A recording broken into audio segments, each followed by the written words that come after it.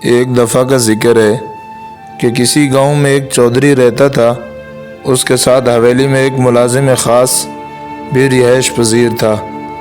مالک اور نوکر ایک ایسی سست الوجود قوم سے تعلق رکھتے تھے جو ٹھہرے ہوئے پرسکون مزاج کی مالک تھی اور آج کا کام کل پر چھوڑنے کی عادی تھی۔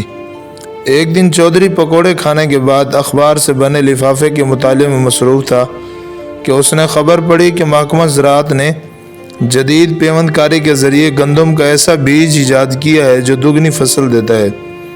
چودھری نے ملازمین کو اکٹھا کر کے نئے بیج کے متعلق صلاح مشورہ شروع کیا۔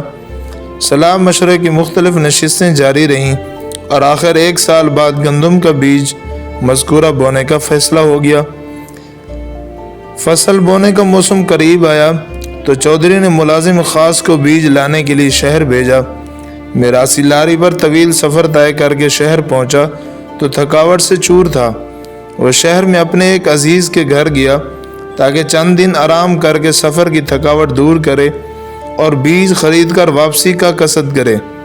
میراثی کو شہر میں مختلف عزیزوں اور دوستوں کے ہاں آرام کرتے، بتیاں شتیاں دیکھتے 1 سال کا عرصہ گزر گیا۔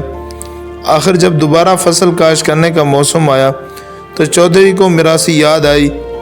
اس نے ایک اور نوکر کو شہر بھیجا تاکہ میراثی کو ڈھونڈ کر لائے۔ دراصل چودھری کو روایت سے ہٹ کر فصل بونے کی جلدی پڑ گئی تھی۔ نوکر نے بڑی مشکل سے میراثی کو شہر میں تلاش کیا اور چودھری کا پیغام پہنچایا۔ میراثی جب بیج کی بوری کمر پر اٹھائے گاؤں پہنچا تو بارش کے باعث ہر طرف کیچڑ ہی کیچڑ تھا۔ وہ حویلی کے گیٹ سے داخل ہوا تو اس کا پاؤں پھسلا اور دھڑم سے بوری سمیت گر گیا۔ بوری پھٹ گئی اور سارا بیج کیچڑ میں بکھر گیا۔